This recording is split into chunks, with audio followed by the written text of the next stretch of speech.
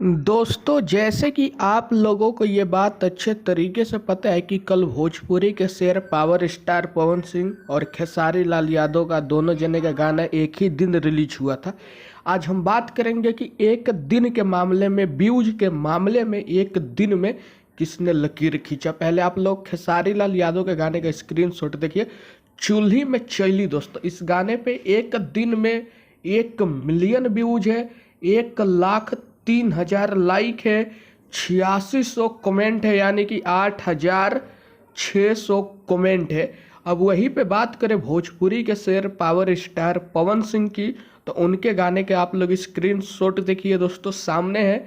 22 घंटे में, एक दिन भी नहीं हुआ है, 22 घंटे में 2.5 मिलियन व्यूज, यानी कि खेसारी के गाने से 2 गुना से भी ज़्यादा, 2,21,000 लाइक, यानी कि लाइक भी 2 गुना से ज़्यादा।